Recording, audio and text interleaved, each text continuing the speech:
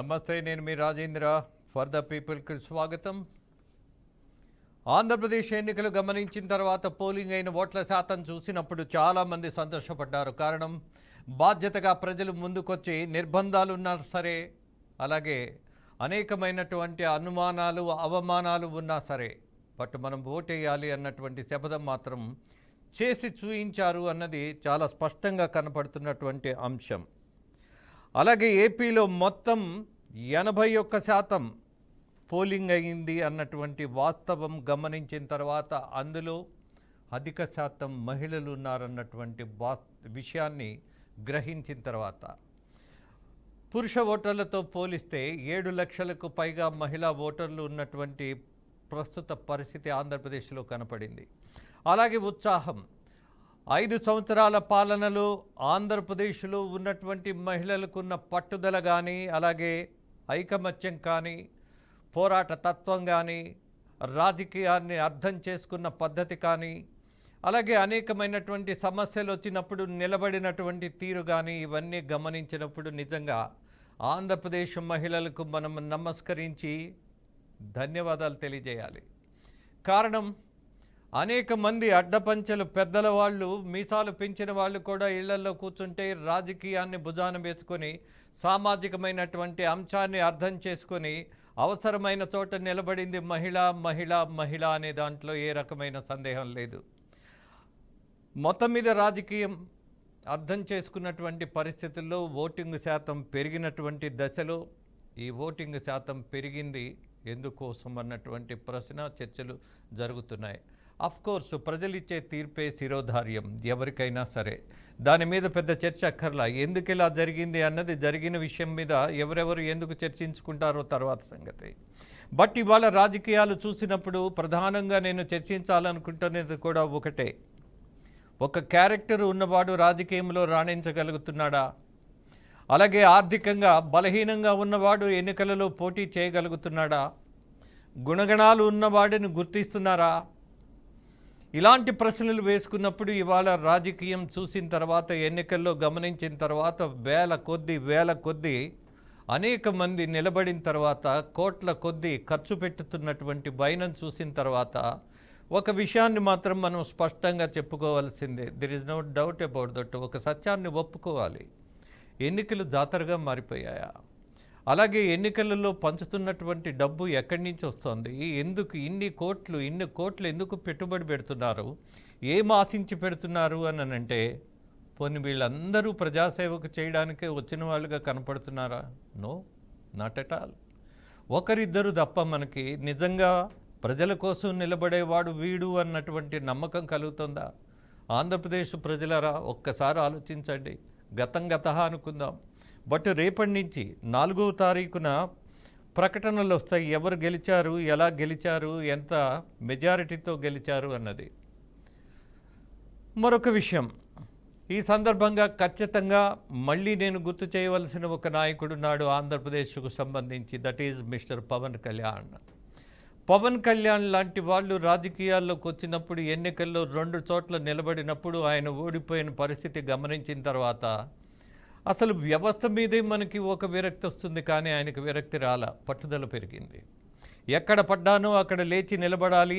ఎవరైతే మోసపోయారో, ఎవరైతే పొరపాటు చేశారో వాళ్ళు పొరపాటు దిద్దుకునే అవకాశంగా నేను మళ్ళీ నిలబడి వాళ్ళకి ఒక కర్తవ్యాన్ని బోధించేటటువంటి తత్వాన్ని ముందుకు తీసుకెళ్తాను అన్నటువంటి ఒకే ఒక రాజకీయ నాయకుడు, ఒకే ఒక party, Janasena party. I don't have any doubt.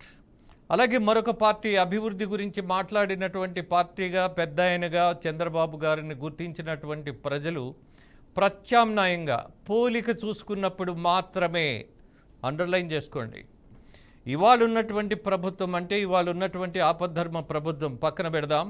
Jaganmohan Reddy ముఖ్యమంత్రిగా 151 మంది ఎమ్మెల్యేలు ఉన్నటువంటి నేపథ్యంలో అసలు విపక్షాలే లేకుండా తుడిచిపెట్టుకోవాల్సిన దశలో, బట్ ఆయన ఇవాళ విపక్షంలోకి వెళ్ళబోతున్నాడా అన్నటువంటి వాదన కూడా పెరుగుతోంది. ఆమె లీస్ట్ బాదర్డ్ పర్సన్, ఎవరు గెలుస్తారు ఎవరు గెలవరు అని. బట్ అత్యంత బాధాకరమైన విషయం ఏంటంటే, ఇవాళ రాజకీయాల్లో ఎవరు వస్తున్నారు అన్నటువంటి దాని మీదే మనం చర్చించాలంట. అలాగే ఈ చర్చలో మనతో పాటు మాజీ ఎమ్మెల్యే గఫూర్ గారు సిపిఎం నేత ఉన్నారు. అలాగే రజనీ గారు వీర మహిళ జనసేన పార్టీ నుంచి సీనియర్ హైకోర్టు లాయర్ కూడా.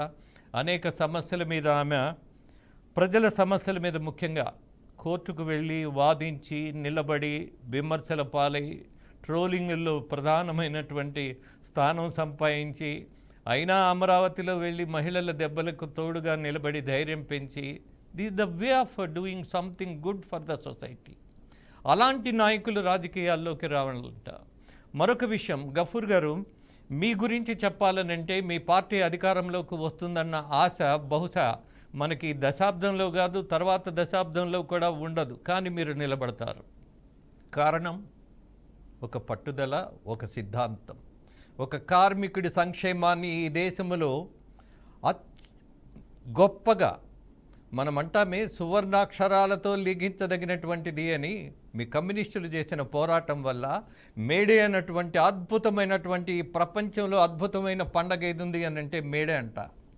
ఖచ్చితంగా అంటాను. అలాగే దళిత నాయకులు వాళ్ళకి ఇస్తున్నటువంటి మర్యాద కానీ గుర్తింపు కానీ కనీసం వాళ్ళు రాణించేదానికి ఎవరు నిలబడుతున్నారు అని అంటే ఐ డోంట్ నో. ఉపయోగించుకుంటున్నారు. మహిళల యొక్క ఎమోషన్స్ని వాళ్ళకి అనుకూలంగా మార్చుకుంటున్నారు. అలాగే దళితుల్లో ఉన్నటువంటి ఒక బలహీనతను వాడేసుకుంటున్నారు. అలాగే సిద్ధాంత నిబద్ధత ఉన్నటువంటి గఫూర్ లాంటి నాయకుల్ని మాత్రం పూర్తిగా నిర్లక్ష్యం చేస్తున్నారు. ఎమ్ ఐ రైట్ గఫూర్ గారు? ఇవాళ సిద్ధాంతం ఉంటే పనికి రావట్లా, నచ్చట్లా, విచిత్రంగా ఉంది కదా. మనం ఇలా మాట్లాడుకోవడం కూడా మరి ఉన్నది మాట్లాడదాం. గఫూర్ గారు ఏమంటారు? మొత్తం మీద ఎన్నికలు జరిగాయి, కానీ విచిత్రంగా ఎన్నికలు జరిగిన తర్వాత దాడులు జరుగుతున్నాయి. ఏం ఆశించి? మీ కామెంట్స్ కమ్యూనిస్ట్ గురించి మీరు చెప్పిన దానికి ధన్యవాదాలు మీకు రాజేంద్ర గారు. ఎందుకంటే ప్రజల కోసం ఎంతో కొంత చేయాలి అనేటువంటి నిబద్ధత ఉంది కాబట్టే ఎన్ని ఇబ్బందులు, కష్టాలు, నిర్బంధాలు ఏమొచ్చినా తట్టుకొని పోరాడుతున్నాం. భవిష్యత్తులో కూడా పోరాడతాం. రజనా లాంటి వారు కానీ, అట్లాగే మన సోదరుడు ఉన్నాడు దళితుల తరఫున పోరాడుతున్నాడు ఆయన కానీ. ఏమైనా ఒకటి రాజేంద్ర గారు, ఈనాటి రాజకీయాలు చూసుకున్నప్పుడు విలువలు కనుమరుగవుతున్నటువంటి పరిస్థితి ఉంది. అధికారం పరమావధిగా. ఎందుకు రాజకీయాలంటే అధికారం కోసమే రాజకీయం. అధికారం ఎందుకంటే సేవ చేయడం కోసం కావాలి. అధికారం ఎందుకంటే వనరుల్ని కొల్లగొట్టడం కోసం, డబ్బును సంపాదించడం కోసం.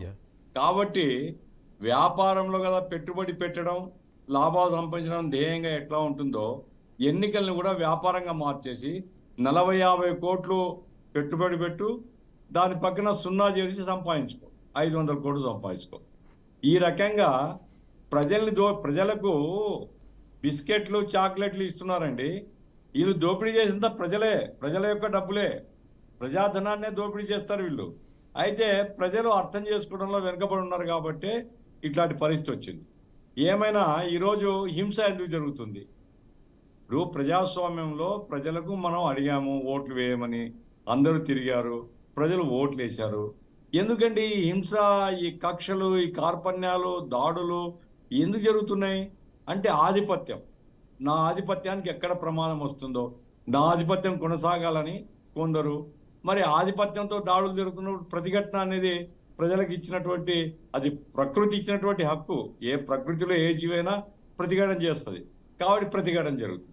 ప్రతిఘటన జరగడం, అవతల దాడులు జరగడం, పోలీసులు ప్రేక్షక పాత్ర వహించడం.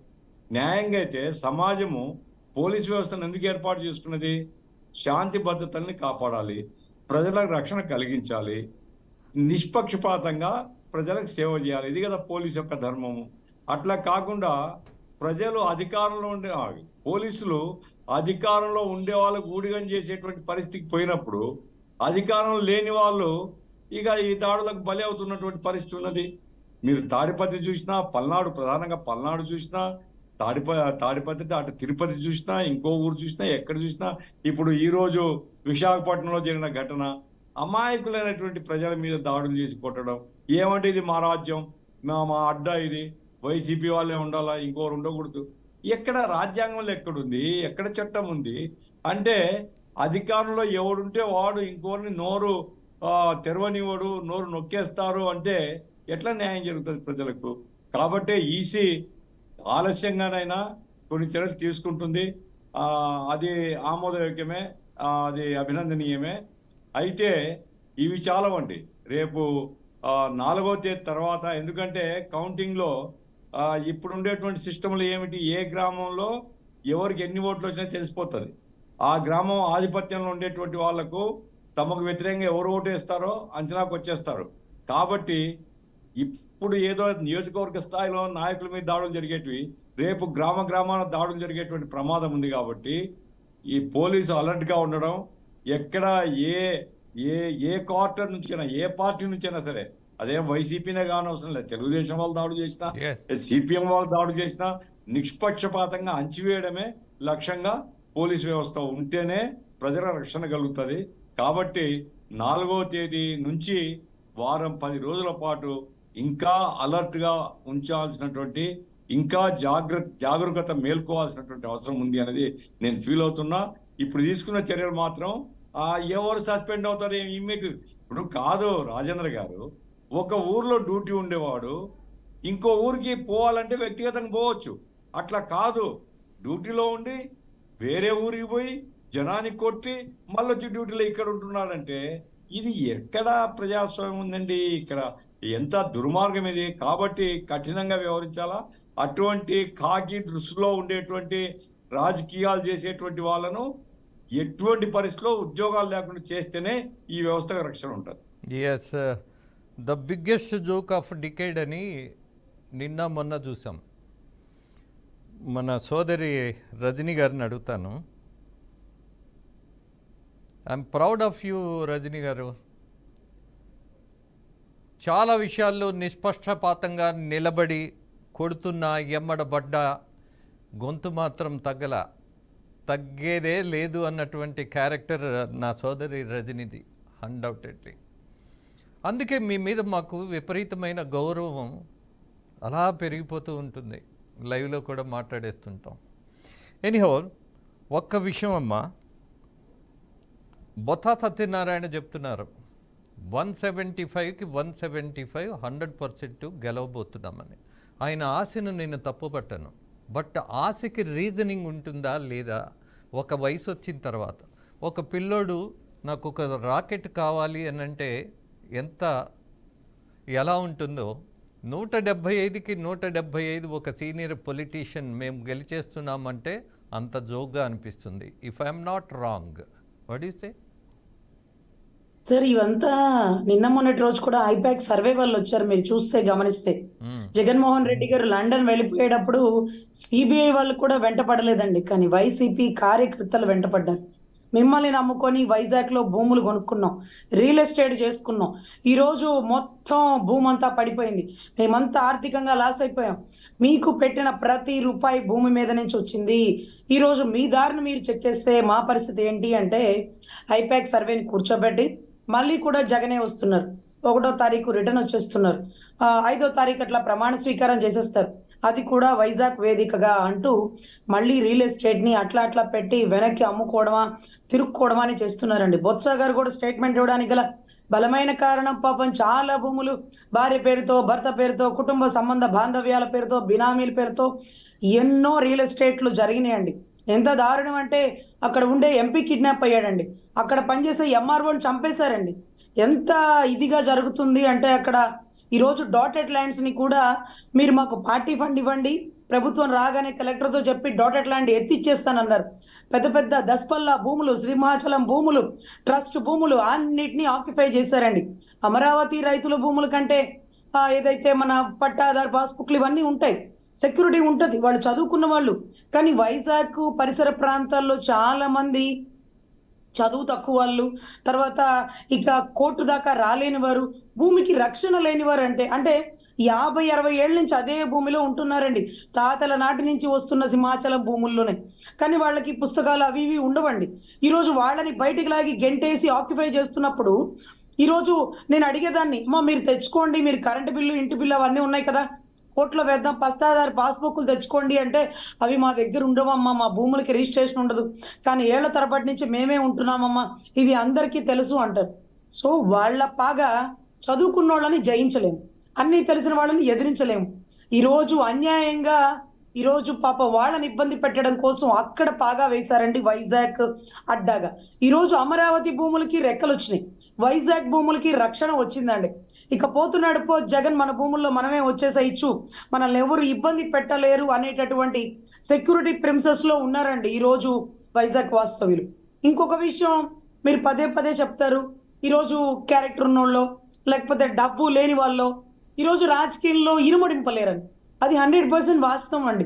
అటువంటి సిద్ధాంతాలతో ముందుకెళ్ళిన పవన్ కళ్యాణ్ గారిని లాంటి వ్యక్తినే, నిజాయితీ పరునే ఓడించిన రాష్ట్ర ప్రజలు ఓటుకి 2000 3000 తీసుకొని విశ్వాసం చూపించి ఈరోజు అవతల వాడికి ఓటేస్తున్నాడే, కానీ 5 సంవత్సరాలు మన గురించి అసెంబ్లీలో ప్రస్తావిస్తారు, మన సమస్యల గురించి పోరాడతాడు. ఇదేదో రాజకీయ నాయకం అంటే ఇప్పటికిప్పుడు సర్వీస్ చేసేసి ఇప్పటికిప్పుడు ఉద్యమాలు చేసేస్తే రాజకీయ నాయకులు అయిపోరండి. వాళ్ళు పుట్టు పూర్వత్రాల నుంచి చూడాలండి. ఈరోజు తమ్ముడు సినిమాలో వచ్చిన కలెక్షన్ ని వాళ్ళ నాన్నగారితో స్వయంగా బోర్డర్లో ఉండే సైనికులకి ఇప్పించాడు, అప్పటికేం రాజకీయం ఎంట్రీ లేదండి. స్వతహాగా చిన్నప్పటి నుంచి కమ్యూనిస్ట్ ఆదర్శాలు సిద్ధాంతాలతో ఈరోజు ఏదైతే గొప్ప గొప్ప వాళ్ళ గురించి తెలుసుకునేవారండి, పుస్తకాలు చదివేవారు. అదే రకంగా గద్దరన్న ఇలాంటి వ్యక్తులతో సన్నిహిత సంబంధాలుండిన ఒక వ్యక్తి నాయకుడిగా మారి రాజకీయంలోకి వస్తే ఏం చేశారో రాష్ట్ర ప్రజలు మేము చూసామండి. దశాబ్ద కాలం నుంచి ఏ పదవి అధిరోహించకపోయినా నిజాయితీగా పోరాడిన వ్యక్తి ఈరోజు నిజాయితీ ప్రజలకి నచ్చదు, ప్రజలకి నచ్చే రీతిలోనే వెళ్ళాలేమో అనే పరిస్థితికి వచ్చేస్తున్న తరుణాలు వచ్చేసినాయండి. ఈరోజు అధినాయకుడు అటువంటి ఆదర్శాలు నేను ఎప్పుడో చెప్పేదానండి గద్దరన్న గురించి. గద్దరన్న ఎప్పుడు అనేవాడు, నువ్వు ఎప్పుడు రాజకీయంలోకి వెళ్ళకమ్మా, ఒక మంచి నాయకత్వ లక్షణాలు ఉన్నాయి, ఎమ్మెల్యేని 5 ఏళ్లే గౌరవిస్తారు, జీవితాంతం గద్దరన్న మీద అభిమానం ఉన్న వాళ్ళని చూడు, అలాగే నువ్వు వెళ్తావంటే. మీరు ఎన్నోసార్లు డిబేట్ లో కూడా చూసుంటారు రాజేంద్ర గారు, ఎప్పుడు నేను కండువా కప్పుకోనండి, ఎప్పుడు కండువా కప్పుకోను, ఎందుకో నాకు భయం అండి. రాజకీయం అనే ఒక ముసుగు కప్పుకుంటే కొంత లిమిటెడ్ ఉంటది, పార్టీ స్టాండ్ ఉంటది, ప్రజల గురించి మనం సమస్యల గురించి మాట్లాడడం ఇది పార్టీకి విరుద్ధం అంటారా ఇంకోటి అంటారా అని భయం వేసేదండి. కానీ ఈ రోజు ప్రశ్నించే పార్టీ అయిన జనసేన పార్టీలో మా అధినాయకుడు మాకు ఇచ్చిన స్వేచ్ఛకి ఈరోజు కమ్యూనిస్ట్ పార్టీ లాగే అనిపిస్తుందండి. ఎందుకంటే నాకు చాలా ఇష్టమైన పార్టీ అండి. తప్పుని ప్రశ్నిస్తారు, ఏ పదవి గురించి ఆశించరు, ఈరోజు నిజాయితీగా పోరాట చేస్తారు. మాకెందుకు పదవి, పని చేసేవాడికి ఎందుకండి పదవి, అధికారం ఎందుకండి, అధికారం ఉంటేనే చేస్తాడా? ఈరోజు తల్లి బిడ్డల్ని కాపాడుతుంది, మరి మదర్ తెరిసా ఎందుకు కాపాడుతుంది? ఆవిడ బిడ్డలా, ఆవిడికి పుట్టారా? కాదు కదా.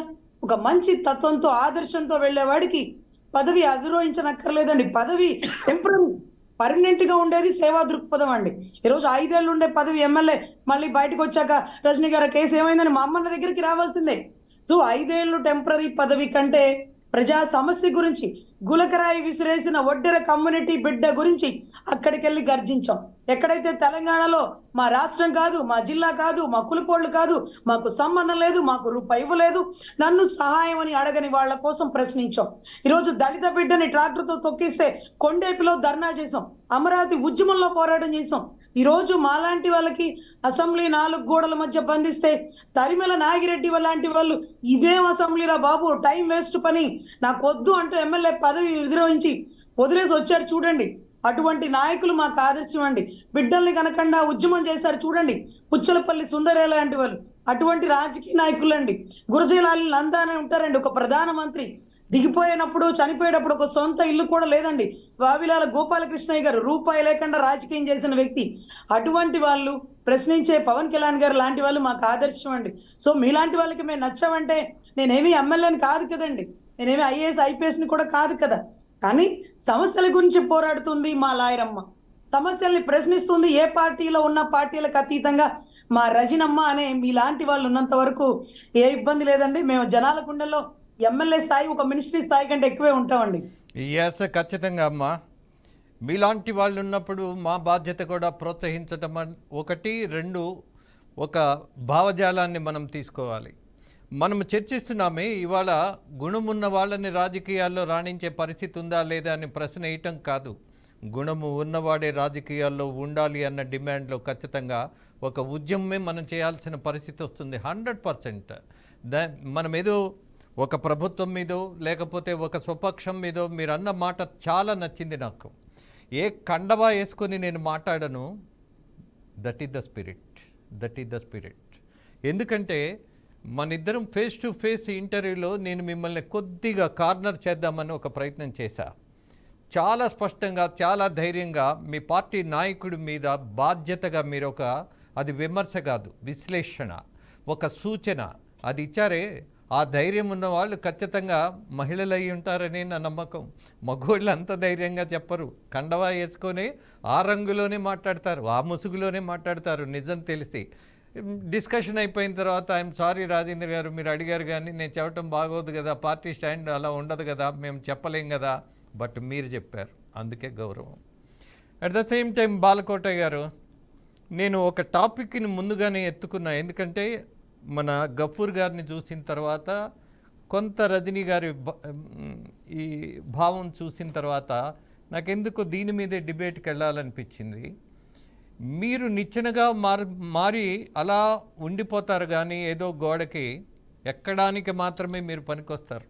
మీరు ఎదగడానికి మీ భావజాలం పనిచేయటంలా. మీరు అన్నీ మాట్లాడతారు కానీ కొన్ని మాత్రం చేయలేరు. ఆ కొన్ని ఏంటో మీకు తెలుసు.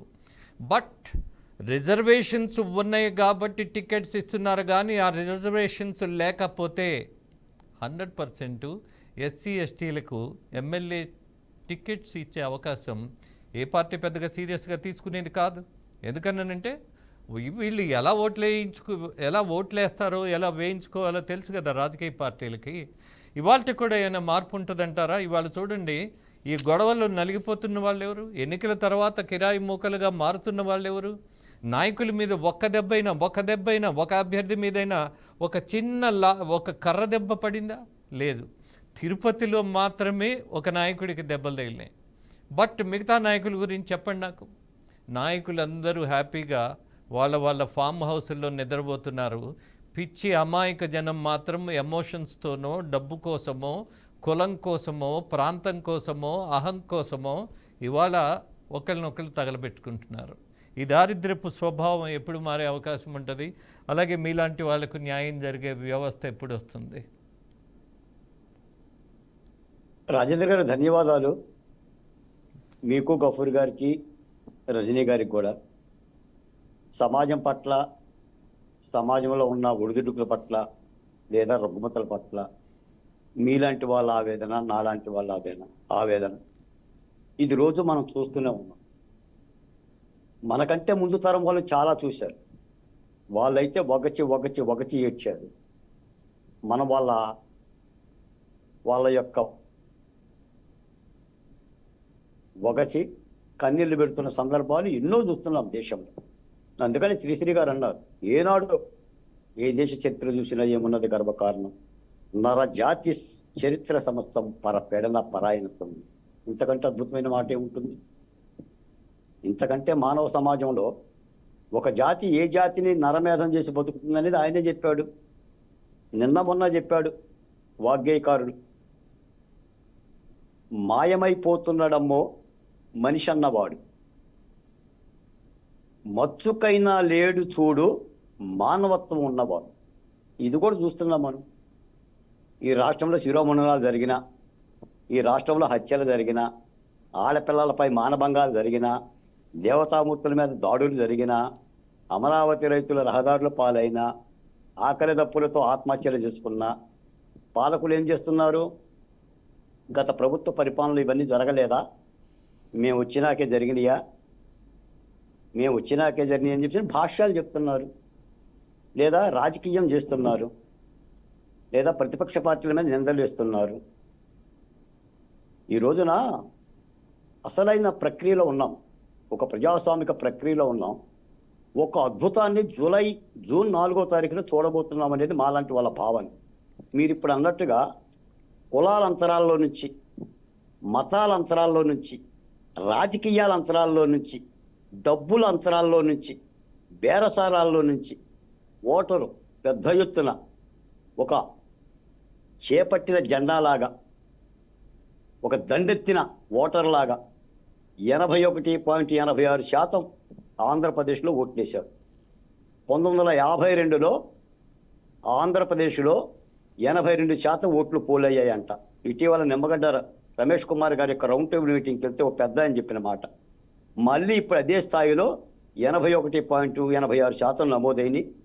నేను స్పష్టంగా చెప్తున్నా రాజేంద్ర గారు, నాకు జాతకాలు లేవు కానీ, నా మెడలో నిమ్మకాయలు లేవు కానీ, నా నిదుటిన విభూతిగా లేదు కానీ, పోతులూరి వీరబ్రహ్మం గారు చెప్పినట్టుగా ఒక కాలజ్ఞానం ఒక మాట చెప్తా. ఓటర్ ఎప్పుడు కూడా అనుకూలమైన ఓటు, వ్యతిరేకమైన ఓటు రెండు పరంగా ఓట్లు వేస్తాడు.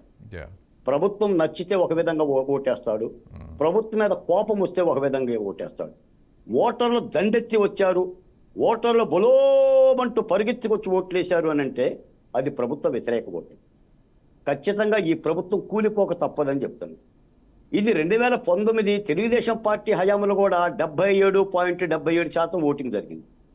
ఆ రోజు కూడా గణనీయంగానే ఓటు జరిగింది. మునికాళ్ళ మీద మహిళలు ఓట్లేశారు. ఈరోజు కూడా Chennai, Madras, Tamil Nadu, Kerala, Karnataka, London, America, Germany, Kuwait, ఇతర దేశాల నుంచి కూడా వచ్చేసి రాష్ట్రాన్ని బాగు చేసుకుందామని వచ్చారు. నేను ఒక మాట చెప్తాను రాజేంద్ర గారు, మీ ద్వారా పెద్దలు గఫూర్ గారు ఉన్నారు, అర్థమవుతుంది. ప్రజలు ఎప్పుడు కూడా తీర్పులు, ఓటరు తీర్పు తన ఆవేదనలో నుంచి ఇస్తాడు. రాజకీయ పార్టీ రంగుల జెండాలు చూసేవాడు, రాజకీయ పార్టీల యొక్క నాయకుల యొక్క ఉపన్యాసాలు చూసేవాడు. వాడు పడ్డ ఆవేదనలో, వాడు పడ్డ ఆందోళనలో, వాడు పడ్డ బాధలో, అందులో నుంచే తీర్పు వస్తుంది. ఈ రాష్ట్రంలో ఎన్నో బాధలు పడ్డారు ప్రజలు. ఎన్ని నవరత్నాలు కూడా ఈ మార్పును అడ్డుకోలేవు. జగన్మోహన్ రెడ్డి గారు ఒక విధమైన ఒక ప్రత్యేకమైన రాజకీయ నాయకుడు. ఆయన మొన్న కూడా ఐపాక్ టీం దగ్గరికి వెళ్ళి అని చెప్పింది ఏంటంటే, మీ ఐపాక్ యొక్క సలహాలు సూచనల ద్వారానే నేను 5 ఏళ్ళు పరిపాలించానని చెప్పాడు. మనకేం చెప్పాడంటే, నేను సచివాలయమైన కొత్త ఒక వ్యవస్థను తెచ్చాను, నేను ప్రజాస్వామికంగా పరిపాలన అందరికి అందజేస్తున్నానని విషయం చెప్పాడు. ఇప్పుడు ఏంటంటే ఐపాక్ ద్వారా పరిపాలిస్తా అంటే ఈయనకు మంత్రులు లేరు, ఎమ్మెల్యే లేరు, వీళ్ళెవరూ లేరు అంటే ఐపాక్ మీద భారం పెట్టి అంటే ఒక ప్రత్యేకమైన పరిపాలన ఆంధ్ర రాష్ట్రంలో చవి చూసాం. ఇలాంటి పరిపాలన జరుగుతుందని కూడా మనం ఊహించాలా. కాకపోతే ఇప్పుడే ఒక పెద్ద ఆయనతో మాట్లాడే ఒకే ఒక మాట, తెలుగుదేశం పార్టీకి అంటే 23 స్థానాలకే పరిమితమైన తెలుగుదేశం పార్టీకి ప్రజావేదికని కోల్చడం ద్వారా, ప్రజా రాజధాని అమరావతి మీద కాలు మోపడం ద్వారా, వెంటిలేటర్ మీద ఉన్న తెలుగుదేశం పార్టీకి ఆక్సిజన్ సహేతుకంగా అందించి బలోపేతమైన భీమసేనుడిలాగా తయారు చేసింది వైసీపీ పార్టీని. ఈ రోజున వైసీపీ పార్టీ ఓడిపోతుందంటే జగన్మోహన్ రెడ్డి గారి యొక్క శిశుపాలుని తప్పిదాలు తప్ప మరొకటి కాదు. ఆయన గొయ్యి ఆయనే తవ్వుకున్నాడు. ప్రజాస్వామ్యంలో ఎలాగనే ఉంటుంది. ఏ ప్రభుత్వం కూడా కూలిపోతుందంటే ఆ ప్రభుత్వం యొక్క గర్భంలోనే ఆ ఓటమి ఉంటుంది. చెట్టుకు చెదబట్టినట్టుగా వైసీపీ పరిపాలనకు చెదబట్టింది. తప్పనిసరిగా ఓటర్లు ఆ దిశగా ఇస్తున్నారు. కాబట్టి మీరు ఒక మాట అన్నారు, ఎన్నికల కమిషన్కి సంబంధించిన హింస, రాష్ట్రంలో హింస జరుగుతున్న మాట యథార్థం. నిన్నైతే పులపర్తి నాని గారిని గన్మ్యాన్ గనక కాపాడకపోతే ఏం జరిగేదో కూడా ఆందోళనకరం. ఈ రోజున ఎన్నికల కమిషన్ సిట్ వేసినా, కొంతమంది ఎస్పీలను మార్చినా, బదిలీలు చేసినా, కలెక్టర్లను మార్చినా కూడా పరిష్కారం కాదు. తప్పనిసరిగా శాంతి భద్రతను కాపాడాలి. ఆంధ్రప్రదేశ్లో శాంతి భద్రత లేని మాట ఈ రోజే కాదు, గత 4 ఏళ్లుగా నెత్తి నోరు కొట్టుకుని మనం మాట్లాడుతున్నాం. ఈ రాష్ట్రం గురించి కేంద్ర ప్రభుత్వం ఇటు ఒక్క చూడాలి, గవర్నర్ పట్టించుకోవాలి, ఈ వ్యవస్థని శాంతి భద్రతను కాపాడే విధంగా ఒక సరైన నిర్ణయం తీసుకోవాలి. గఫూర్ గారు, గతాన్ని ఒక్కసారి గుర్తు చేయాలని ఉంది. మీరు ఎమ్మెల్యేగా ఉన్నప్పుడు నేను ఒక ఛానల్ తరపున పబ్లిక్లో మీతో ఒక డిబేట్ చేశా. ఆ రోజు సురేష్ అనే రిపోర్టర్, జిల్లా రిపోర్టర్ కూడా ఉండేవాడు. మీతో పాటు వచ్చినటువంటి జనం ఎక్కడైనా మిమ్మల్ని విమర్శిస్తారేమోనని విశ్వ ప్రయత్నం చేశా, ఎక్కడైనా దొరుకుతారేమోనని అంతుబట్టని ఆరాటంతో ఎదురు చూసా, బట్ దొరకలా. ఆ రోజున మొట్టమొదటిసారి రాజశేఖర్ రెడ్డి ముఖ్యమంత్రి అయినటువంటి టైంలోనే మీరు ఎమ్మెల్యేగా ఉన్నారు. am I right? ఆ నియోజకవర్గానికి వస్తే కనీసం మీ మీద విమర్శ చేయడానికి విపక్షం వచ్చి ప్రయత్నం కూడా చేయలే. రాజకీయం అంటే ఎలా ఉంటుంది అని అంటే ఆ రోజు నాకు ఇప్పటికీ గుర్తొస్తుంది. ఇప్పుడు పెట్టండి, సాధారణమైనటువంటి వాళ్ళతో పెట్టండి, ఒక్క మీటింగ్ పెట్టండి, పోలీసులు ఆపలేరు, మనం కూడా ఆపలేం. ఆ రాజకీయాన్ని నేను ఊహిస్తున్నాను. అలాగే మరొకసారి మన రజనమ్మను కూడా జస్ట్ ఇంతటితో వదిలేద్దామా, మనం అయిపోయింది కదా అని నిద్రపోవద్దు. మనం రాజకీయం ఎలా ఉండాలో మీ నాయకుడు చెప్పిన తర్వాత, మీరు అది అర్థం చేసుకున్న తర్వాత, మీ గౌరవం పెరిగిన తర్వాత, వీర మహిళలని మీకు పేరు పెట్టిన తర్వాత, మీరు తీసుకున్న బాధ్యత ప్రజలందరూ గమనించిన తర్వాత, మీరు అనుకునే లక్ష్యం రాజకీయాల్లోకి ఎవరు రావాలి అన్నటువంటి నిర్వచనం మీరే రాయాలి, మీరే నిర్దేశించాలి, మీరే నిలబడాలి. అడ్డగోలుగా వచ్చే వాళ్ళని అడ్డంగా పరిగెత్తేట్టు చేయాలన్నటువంటి ఆలోచన మనం చేయాలి రేపటి నుంచి ఖచ్చితంగా. అలాగే మంత్రులైన వాళ్ళు, నేను మళ్ళీ గుర్తు చేస్తున్నా, నాకు ఒక పార్టీ మరొక పార్టీ అని లేదు.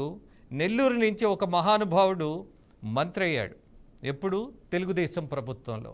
ఆయన చేసిన ఘనకార్యం ఏంటి? మొత్తం అమరావతి ప్రాంతమంతా భూములు తీసుకోవడానికి మీటింగులు పెట్టి సమావేశాలు నిర్వహించి భూములన్నీ చాలా జాగ్రత్తగా సేకరించినటువంటి మహానాయకుడిగా పొగడబడ్డాడు. చాలా చిత్రం కదా. మరి అదే భూములు, చట్టాన్ని నమ్మి భూములు ఇచ్చారు. శాసనసభలో చర్చ జరిగింది. ఏకగ్రీవంగా తీసుకున్నటువంటి నిర్ణయం. మీరే చెప్పాలి రజనమ్మ. ఒక చట్టాన్ని నమ్మితే, బీదవాడు చట్టాన్ని నమ్మితే వాడికి రక్షణ లేకపోవడం అనేది విచిత్రమైనటువంటి విషయం కదా.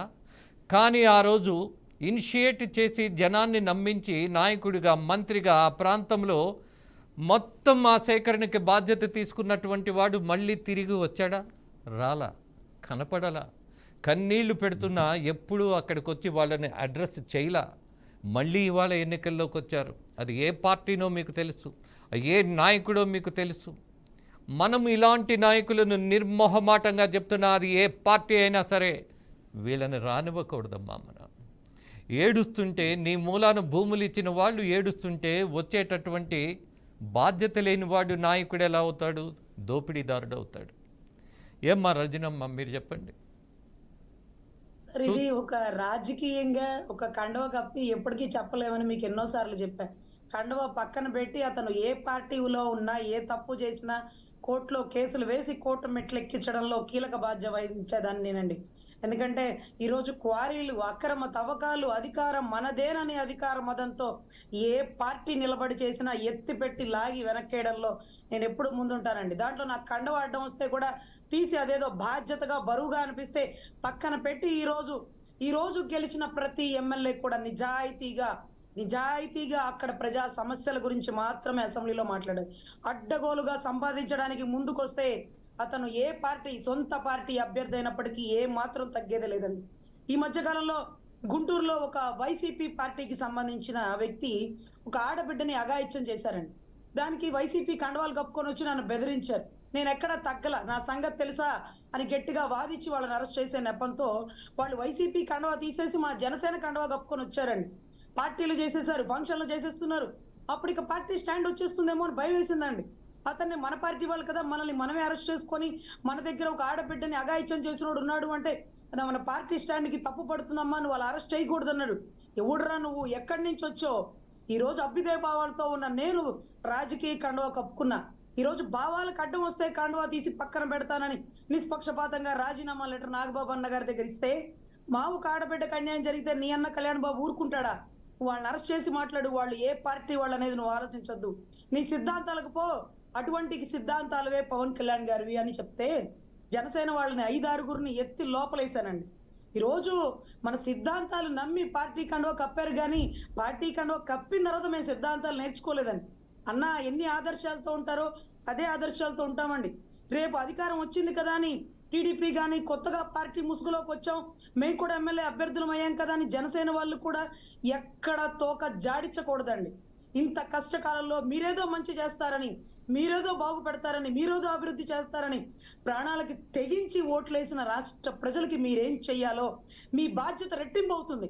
ఇప్పుడు ఆకతాయి పనులు చేసినా, క్వారీలు అడ్డంగా తవ్వుకొని వెళ్ళిపోయినా, మట్టి మాఫియాల్లో మీరు బాధ్యత వహించినా సరే ఎత్తిపెట్టి లోపలేయడంలో న్యాయవాదులు కీలక పాత్ర పోషిస్తారండి. సో ఖచ్చితంగా ఈరోజు తప్పు ఎవరు చేయకూడదు. ప్రజాస్వామ్యంలో ఒక రాజకీయ పార్టీలో మీరుంటే మీ వల్ల పార్టీకి ఎప్పటికీ చెడ్డ పేరు రాకూడదు. మీరు అభ్యుదయ భావాలతో ముందుకెళ్ళాలా.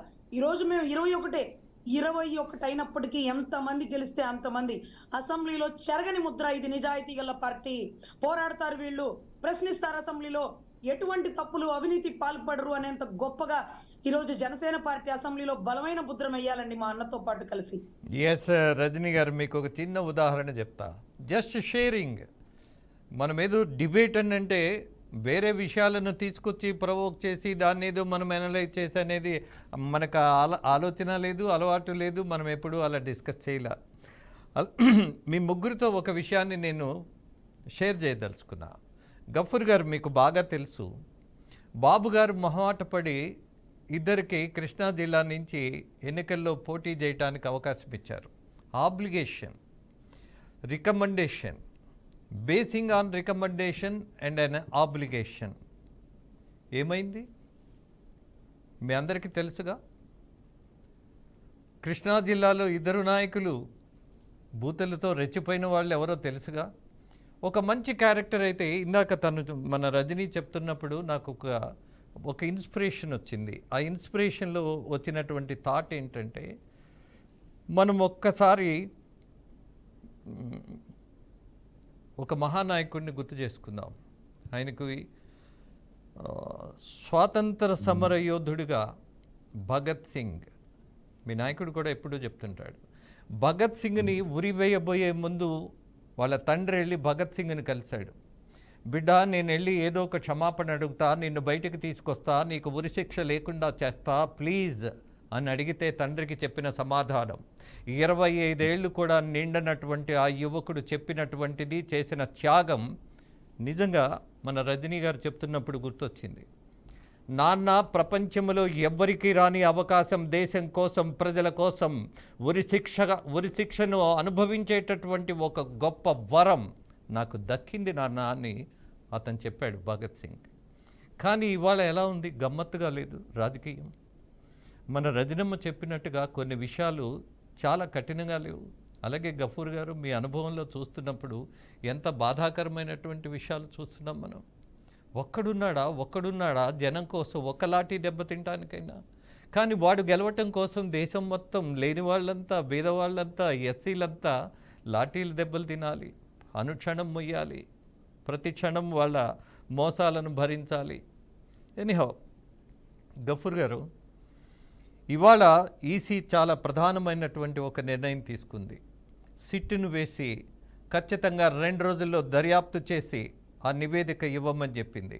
ఎన్నికల తర్వాత జరిగినటువంటి ఈ వ్యవహారంలో చిత్రంగా మాచర్ల నియోజకవర్గం నుంచి అభ్యర్థిగా నిలబడినటువంటి ఆ క్యాండిడేట్, ఆయన సోదరుడు, ఇద్దరు ఎక్కడికి వెళ్ళిపోయారో తెలియదు, ఎందుకు వెళ్ళిపోయారో తెలియదు. వాట్ టు సే గఫూర్ గారు, దీన్ని ఎలా తీసుకుందాం? ఒకటి, రాజేంద్ర గారు, మీరు నెల్లూరు జిల్లా నాయకుని గురించి చెప్పారు కదా, మళ్ళీ ఆయన గెలవబోతున్నాడు. ఇప్పుడు అమరావతి రైతులు ఎవరైతే మునిగిపోయినారో మళ్ళా ఆయన మంత్రి అయిన పెద్ద ఆశ్చర్యం కాదు, ఎందుకంటే ఆశ్చర్యం ఉండదు, వ్యవస్థ అట్లుంది. సరే, ఇప్పుడు ఎవరైతే బూతుల ఎమ్మెల్యేలుగా పేరు పొందారో అటువంటి వాళ్ళందరూ ఓడిపోవాలని జనం కోరుకుంటున్నారు. మరి ఏమవుతుందో అది చంద్రబాబు గారు చేసిన తప్పు అంటాను. దాన్ని ఒప్పుకోమంట, దాన్ని రిపీట్ కాకుండా చూసుకోమని అభ్యర్థిస్తా, నమస్కరిస్తా, కాళ్ళకి దండం కూడా పెడతా ఆయనకి. ఎంత పొరపాటు జరిగిందండి.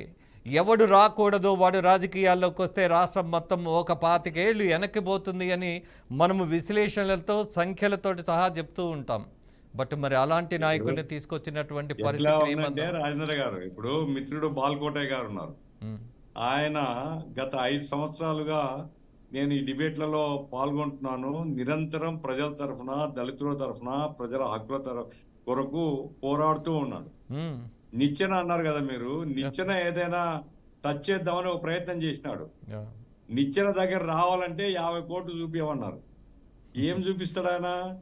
ఆయన ఒక సాధారణ కుటుంబం నుంచి వచ్చినాడు. సాధారణ కుటుంబంలో నుంచి వచ్చిన వాడు 50 కోట్ల రూపాయలు ఎక్కడైనా బ్యాంకులు కొలగొట్టడం జరగాలి తప్ప, లేకుంటే ఆయన జీవిత కాలంలో చేయలేడు. ఇప్పుడు రజనీ గారు, బాలకోటయ్య గారు, నేను ముగ్గురు కూడా మీరు సెలెక్ట్ చేసుకున్న వాళ్ళు ఆ నిచ్చెన దగ్గరికి పోయే ధైర్యం కానీ, నిచ్చెన టచ్ చేసే శక్తి కానీ మాకు లేనటువంటి వాళ్ళం. మీకు లేదు, మీకు లేదు. ఒక్క విషయం అండి, ప్రధాన పార్టీలు ఇవాళ ఉన్నాయి, అలాగే అధికారాన్ని అనుభవించినటువంటి పార్టీలు ఉన్నారు, నాయకులు ఉన్నారు. మీకు ఒక విషయం చాలా స్పష్టంగా చెప్తా, ఏ రాష్ట్రంలోనైనా సరే కాంట్రాక్టర్ దగ్గర నుంచి 10% అది రాజ్యాంగబద్ధంలాగా వసూలు చేసుకునే పరిస్థితి ఉన్నప్పుడు ఈ పార్టీలకు వచ్చినటువంటి ధనం, వీళ్ళు కలెక్ట్ చేసుకున్నటువంటి ఆఫ్ హ్యాండెడ్ మనీ, కనీసం మరి మీలాంటి వాళ్ళని గెలిపించడానికి పార్టీల్లో నిజాయితీ ఉంటే నిలబెట్టాలిగా, గెలిపించాలిగా. అక్కడ 50 కోట్ల అవసరమైతే మరి తీసి ఇచ్చేస్తే గెలుస్తారేమో కదా. రాజేంద్ర గారు మీ తపన చాలా కరెక్ట్. ఎందుకంటే ప్రజాసేవలో ఉండేటువంటి వాళ్ళు, ప్రజల కోసం నిస్వార్థంగా ఉండేవాళ్ళు ఎన్నిక కావాలని. ఇప్పుడు మాకేం బాధ లేదు, నా వరకు నేను కమ్యూనిస్ట్ పార్టీలో ఉన్నాను, నాకేం బాధ లేదు. ఎందుకంటే చూస్తున్నాం వ్యవస్థ. ఒక మిత్రుడు మొన్న ఎన్నికల్లో పోటీ చేస్తున్నాడు, ఆయన వేరే పార్టీ అయితే వ్యక్తిగత మిత్రుడు. ఆయన చెప్తున్నాడు, అన్న ఎన్నికలు వద్దన్నా. ఏమయ్యా ఇప్పుడెందుకు ప్రసూతి వైరాగ్యం ఎందుకు వచ్చింది అన్న అంటే, ఆయన అన్నాడు, ఆస్తి అమ్ముకున్నాను, చివరికి వచ్చేపాటికి తాకట్టు పెట్టినాను, 50 కోట్ల రూపాయలు సర్దుకొని నేను ఇప్పుడు మన ఎలక్షన్ కమిషను ఘీంకారాలు అది చేస్తూ ఉన్నారు. నీ జెండా ఎట్లా పెట్టినావు, నీ జెండా కొలతలు చూస్తారు, లేకపోతే నీ కరపత్రాలు ఎండేసినావు, లెక్కలు ఉన్నాయా లేదా చూస్తారు తప్ప కోట్ల రూపాయలు వీధుల్లో పంపకం జరుగుతుంటే ఏ ఎలక్షన్ కమిషన్ జోక్యం చేసుకోరు. కాబట్టి ఏ పార్టీ అయినప్పటికీ ఈ వ్యవస్థ అట్లా తగలడుతుంది. సరే, అది వేరే విషయం అనుకోండి. ఇప్పుడు ఏమైనప్పటికీ హింసకు సంబంధించి సిట్టు వేశారండి. తర్వాత ఓ రిపోర్ట్ కూడా ఏదో పంపించారని తెలిసింది. ఇది క్రమంగా వ్యవస్థలు, ఇప్పుడు నేను చాలా సందర్భాల్లో నేను కానీ, బాలకోటయ్య గారు కానీ, అట్లాగే రజనీ గారు కానీ మేము మాట్లాడుతున్నాం. వ్యవస్థలను విధ్వంసం చేశారు. వ్యవస్థలుగా నిలబడితే రాజ్యాంగ వ్యవస్థల్ని కాపాడుకుంటే అది ప్రజల్ని కాపాడుతాయి. కానీ దురదృష్టం అంటే గత కొద్ది కాలం ఈ 5 సంవత్సరాల్లో అన్ని వ్యవస్థలు విధ్వంసమైన రాష్ట్రం. మొత్తం పోలీస్ వ్యవస్థ లేకుంటే ఏంటండి, ఒక దళిత కార్మికుడిని డ్రైవర్ను చంపి హోమ్ డెలివరీ చేస్తే అట్లాంటి జనవరి 1 రోజు మొత్తం పోలీస్ డిపార్ట్మెంట్ అంతా పోయి లైన్లో నిలబడి సెల్యూట్లు కొడుతున్నారు. ఏం వ్యవస్థనాలు దీన్ని, ఏ కల్చర్ని మనం ఎంకరేజ్ చేస్తున్నాం? కాబట్టి ఒక హత్యా నేరం మోపబడిన వాడు, ఇంకా కేసేం కాలేదు, ఇంకా వాడు హంతకుడే నా దృష్టిలో. ఆ రకంగా ఉండేటువంటి నేరస్తుడికి మొత్తం జిల్లా పోలీస్ వ్యవస్థ అంతా పోయి సెటిట్లు కొట్టేటువంటి వాతావరణం రాష్ట్రంలో ఏర్పడింది. కాబట్టే ఈ ఎన్నికల తర్వాత హింస కొనసాగుతుంది. ఇప్పుడు సిఐలు ఎవరు వేపిస్తున్నారండి? సిఐలు ఎవరుంటే మంచిదని పై అధికారులు ఆలోచించడం లేదు. ఆ కన్సర్న్ ఎమ్మెల్యే నాకు ఎవరు కావాలా అని సిఐల్ని సెలెక్ట్ చేస్తున్నారు, సిఐల్ని వేస్తున్నారు. వాడి డ్యూటీ ఏంటంటే పోయి ఎమ్మెల్యేకి సెల్యూట్ కొట్టడమే, ఆ తర్వాత వీడు అరాచకాలు చేయడమే. ఎమ్మెల్యే ఏం చెప్తే చివరికి కొన్ని ఊర్లలో ఎఫ్ఐఆర్ రిజిస్టర్ చేయాలంటే ఎమ్మెల్యేతో అడుగుతారు, సార్ ఇట్లా వచ్చింది ఎఫ్ఐఆర్ రిజిస్టర్ చేయాలని లేదా. ఇది ఎక్కడ దురదృష్టం అండి? ఎమ్మెల్యేకి లేని అధికారం ఎవడిచ్చాడండి? అంటే రాజకీయ నాయకులు ఎవరైతే అధికారులు ఉన్నారో వాళ్ళ బాధ్యత. ఎమ్మెల్యే అనేటువంటి వాడు ప్రజాసేవకుడుగా ఉంటే ప్రజలకు న్యాయం జరుగుతుంది. కానీ ప్రజల మీద ఆధిపత్యం చేసేటువంటి ఒక దొరగా ఉంటే లేదా ఒక ప్రభువుగా ఉంటే ప్రజలకు న్యాయం జరగదు. అందుకోసమే ఈ హింసకు కారణం ఏంటంటే పోలీసు కింది స్థాయి అధికారులు ఇంకా 3 రోజుల ముందు ఒక 3 సిఐల్ని మార్చారు పల్నాడులో. వాళ్ళే కనుక ఉంటే ఇంకా ఏం జరిగి ఉండేదో. ఏమైనప్పటికీ పోలీస్ వ్యవస్థలో ఈ మార్పు తీసుకొని రావాలండి. పోలీస్ వ్యవస్థ అనేటువంటిది ప్రజలకు రక్షణ కలిగించలేకపోతే ప్రజలకు రక్షణ ఎవరు కలిగిస్తారు? ఇప్పుడు ఒక ఆర్గనైజ్డ్ పొలిటికల్ పార్టీగా మా పార్టీ మేము ఎదుర్కొంటాం. కానీ ఒక సాధారణ పౌరుడు ఇప్పుడు ఓటేసిన దానికి విశాఖపట్నంలో కొడుతున్నారు సామాన్య పౌరులు, వాళ్ళు సామాన్య ఓటర్లు. ఎవరు రక్షణ కలిగించాలి వాళ్ళకు? కాబట్టే సిట్టు రిపోర్టు తీసుకొని మొత్తం ఎవరైతే ఎర్రింగ్ పోలీస్ ఆఫీసర్స్ ఉన్నారో వాళ్ళందరి మీద చర్యలు తీసుకోవాలా. పోలీస్ వ్యవస్థ జవాబుదారితనం లేనట్టుగా ఉంది. బాస్లకు మేము లొంగి ఉంటే చాలు అనేటువంటిది కాదు. You are bounded to implement the constitutional duties. రాజ్యాంగ వ్యవస్థను గౌరవించాలా, చట్టాన్ని గౌరవించాలా, చట్టాన్ని అమలు చేయాలి. అది మర్చిపోయినారు. కాబట్టే దాన్ని తీసుకొని రావడం కోసం ఈ ప్రయత్నాలు కొనసాగాల్సిందే. అట్లాగే హింస చేసేటువంటి వాళ్ళకు, ఇప్పుడు దళితులు కావచ్చు, ఇంకోరు కావచ్చు, పెయిడ్ వాళ్ళు ఉండేటువంటి వాళ్ళు కావచ్చు, నేనేం కాదని. కానీ ఒక మనిషి మీద మరొక మనిషిపై దౌర్జన్యం చేసే అధికారం ఎవడిచ్చాడండి వీళ్ళకు? కాబట్టి అటువంటి వాళ్ళకు కూడా గుణపాఠం నేర్పేటువంటి పద్ధతిలో పోలీస్ వ్యవస్థ ఎప్పుడైతే డీల్ చేస్తుందో with iron hand law and order maintain ఎస్ చేస్తారు. గఫూర్ గారు ఇక్కడ మీ అనుభవం బాగా ఉపయోగపడుతుంది. అందుకే మిమ్మల్ని అడుగుతున్నారు మళ్ళీ రిపీట్ చేసి.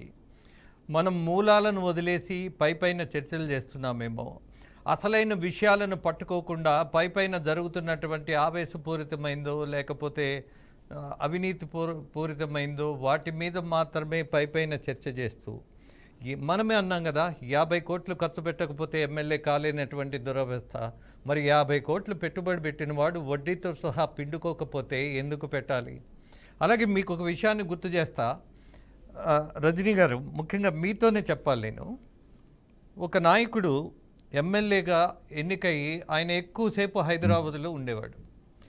ఒకరోజు ఆయన నియోజకవర్గానికి వచ్చి, గుంటూరు జిల్లాకు సంబంధించినటువంటి నియోజకవర్గమే, పేరు చెప్తే బాగుండదు కానీ మోస్ట్ సీనియర్ ఆయన, మీటింగ్ పెట్టాడు గెట్ టుగెదర్ ప్రజలతోటి.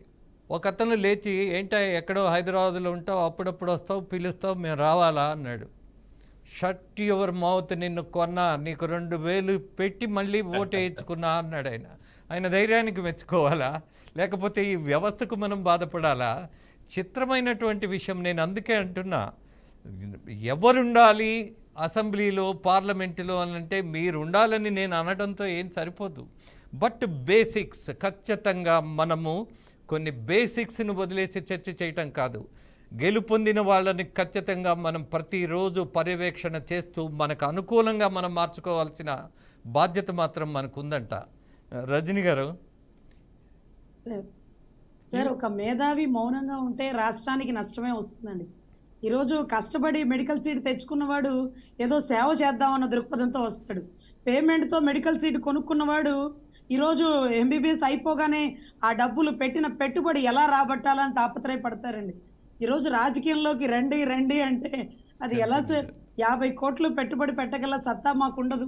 ప్రశ్నించే వాళ్ళం కాబట్టి 175లో మేము ఒకళ్ళగా ఉంటే రేపు ఉన్న ప్రభుత్వాన్ని కూడా ప్రశ్నిస్తామేమో. ఈ ప్రశ్నించే అలవాటు ఉన్న వాళ్ళు ఎక్కడున్నా ప్రశ్నిస్తారండి. ఈరోజు సొంత పార్టీలో అభ్యర్థి తప్పు చేసినా ప్రశ్నిస్తారు, ప్రత్యర్థి తప్పు చేసినా ప్రశ్నిస్తారు. ఇలాంటి వారిని కాపాడుకోవడం కాదండి, ఇలాంటి వారికి అవకాశం ఇవ్వడం కూడా చాలా అరుదైన విషయమే. ఈరోజు పక్క పార్టీని ప్రశ్నించట్లేదండి, నేను తప్పుని ప్రశ్నిస్తున్నాం. తప్పుని ప్రశ్నించేవాడు సొంత పార్టీలో కూర్చొని ఎమ్మెల్యే సీట్ ఇచ్చేసినంత మాత్రాన సార్ అదెలా సీట్ ఇచ్చేస్తాం? ఒక వైద్య శాఖ మినిస్టరే ఇచ్చారు అనుకోండి, మా మనోళ్ళు వస్తారు, ఒక 10 మందికి ఇచ్చాయి, అలా ఎలా ఇస్తాం సార్? తప్పు కదా. మీ అమ్మాయికి మెరిట్ రాలేదు కదా, మెరిట్ వచ్చిన వాళ్ళకి సీట్ పోతుంది కదా, నేను అలా ఇవ్వను సార్ అన్నాను అనుకోండి, నన్ను మళ్ళీ పెంచి పోషిస్తారా అండి? నాకు మళ్ళీ డబ్బులు ఇచ్చి మళ్ళీ ఎమ్మెల్యేగా పోటీ చేపిస్తారా అండి? ఎందుకు ఎమ్మెల్యేగా పోటీ చేపిస్తారు? ఒకవేళ 50 కోట్లు నా దగ్గర లేవు, చాలా మంది మేమిస్తాం అని ముందుకు వస్తారు. వచ్చిన వాళ్ళు ఎందుకు, అమ్మ నేను ఒక 5 కోట్లు ఇస్తున్నా, నాకు ఒక 3 మెడికల్ సీట్లు పక్కన పెట్టొచ్చు, అమ్మ నేను ఒక 10 కోట్లు ఇస్తున్నా, ఆ ఇసుక కోరి మట్టి గురించి నువ్వు దగ్గరికి రావద్దు, ఇది మనోళ్ళదే, నీ వెనకాల మేము ఉన్నాం అని ఈరోజు భరోసా ఇస్తారు. ఇచ్చిన భరోసాకి లొంగి గెలిచాక వాళ్ళకి తానా అంటే తందానా అనాలి, అది మేము అనలేమండి. అదే రకంగా పెట్టడానికి వాళ్ళని అభ్యర్థించాలి, అది మేము చేయలేమండి. ఈరోజు వాళ్ళు చేసిన తప్పుల్ని మేము సమర్థించాలి, అది మాకు అక్కర్లేదండి. ఈరోజు ప్రశ్నించే వాళ్ళు ఎక్కడున్నా ప్రశ్నిస్తారండి. అటువంటి గొంతుకులు మూగపోవాలంటే ఒక పార్టీ గొడుగు కింద ఉండిపోవాలండి. విశాలమైన విశ్వం కింద, ఒక ప్రస్తుతమైన ఆకాశం కింద ఉండి ప్రశ్నించేవాడు ఒక గొడుగు కిందో ఒక చెట్టు కిందో పరిధి అయిపోకూడదండి. ఒక పెద్ద చెట్టు నీడ ఏ చిన్న చెట్టు మొలవదండి, మొలిగినా ఎదగదండి, అది మొలిసినా ఎదగదు. ఎందుకంటే ఆ పెద్ద చెట్టు నీడ ఆ చిన్న చెట్టు నీడని నలిపేస్తుంది. సో ఖచ్చితంగా రాజకీయాల్లో కొద్దిలేండి, ఎందుకంటే మా అభిమానులు చాలా మంది ఉంటారు. ఈరోజు బాహుబలి రైటర్ గారండి ఒకరోజు నాకు నైట్ మెసేజ్ పెట్టారు ఎప్పుడో, అమ్మా నువ్వు చాలా బాగా మాట్లాడుతావు, నేను ఒక రైటర్ని, నా పేరు విజేంద్ర ప్రసాద్, నీతో ఒకసారి మాట్లాడచ్చా అని. నాకు ఒక రచయిత ఇవన్నీ తెలియదండి. రైటర్ అన్నాడు కదా, విప్లవ కథలు రాస్తారా, విప్లవ పాటలు రాస్తారా అంటే నేను సినిమా కథలు రాస్తానమ్మా అన్నారు. విజేంద్ర ప్రసాద్ అన్నారు, అయినా కానీ నాకు ఎలగలేదండి. తర్వాత మీరు ఏం సినిమాలు రాస్తారంటే బాహుబలి అమ్మ, త్రిపులార్ అమ్మ అన్నారు. అటువంటి వ్యక్తుల మనసులు గెలుచుకొని వాళ్ళు నా నెంబర్ తీసుకొని ఫోన్ చేశారు సార్. దేశాల నుంచి అభిమానులు ఉన్నారు సార్. కోడి రామకృష్ణ గారి భార్య అయితే వరుణ్ తేజ్ గారి పెళ్లికి వెళ్ళినప్పుడు అందరి మధ్యలోనండి గట్టిగా హక్ చేసుకొని ముద్దు పెట్టుకుంది. పుడితే నీలాంటి బిడ్డ పుట్టాలమ్మా అనిపించేంత గొప్పగా మాట్లాడతావు తల్లి అని. ఈ అభిమానం మీరు అన్నట్టుగా అసెంబ్లీలోకి వెళ్తే నాకు ఉంటుందేమో నాకు అర్థం కావట్లేదండి. జనాల్లో వదిలేస్తే ప్రజల సమస్యల గురించి ప్రశ్నిస్తాం. రాజకీయ నాయకులు ఏ పార్టీలో ఉన్నా తప్పు చేస్తే బయటికి లాగుతాం, కానీ మీరు అసెంబ్లీలో ఉండాలంటే భయం వేస్తుందండి. అసెంబ్లీలో అంత స్వేచ్ఛనిచ్చి తప్పుని ప్రశ్నించమ్మా, ఈరోజు నువ్వు చెప్పినది ఖచ్చితంగా మేము ఏకీభవిస్తాం అంటారే కానీ లేదు నాకైతే మెరిట్ రజనీ వాళ్ళకి- గారు, ఒక విషయం, మీ ముందు ఒక మహిళను అవమానంగా మాట్లాడితే మీరేం చేస్తారో తెలుసా? కర్ర తీసుకొని వాడు మగోడా, మీసమున్నోడా, బలమున్నోడా, కండలున్నోడా అని చూడదు, వీడికి పడాల్సిందే అన్నటువంటి ఖచ్చితంగా మీరు ముందుకెళ్ళి ఇరగదీస్తారు. అది మీ లక్షణం. ఆ లక్షణం ఉండబట్టే లక్షణమైనటువంటి వ్యక్తిత్వం అనే మిమ్మల్ని ఇన్స్పిరేషన్గా తీసుకోమని నేను కూడా కొంచెం చెప్తూ ఉంటాను. అందుకే బాలకోట గారు, మీరు అన్నారు అద్భుతమైనటువంటి విజయం సాధించబోతోంది కూటమి అని. మీకు విషయాన్ని గుర్తు చేస్తా బాలకోట గారు, గతంలో జరిగినటువంటి ఎన్నికల్లో ఒకసారి లగడపాటి ఒక సర్వే ఇచ్చారు మహాకూటమికి సంబంధించి. అట్టర్ ఫ్లాప్, తిరగబడింది ఆయన సర్వే మొత్తం. ఆయన పొరపాటని కాదు నేను అనేది, బట్ ఆయన సర్వే తిరగబడింది. అలాగే గత ఎన్నికలు చూసినప్పుడు మహిళలు ఎన్నికల సందర్భంగా రాత్రి 11 గంటలు 12 గంటల వరకు కూడా నిలబడి ఓటేశారని నేను కూడా రిపోర్ట్ చేశాను లైవ్లో.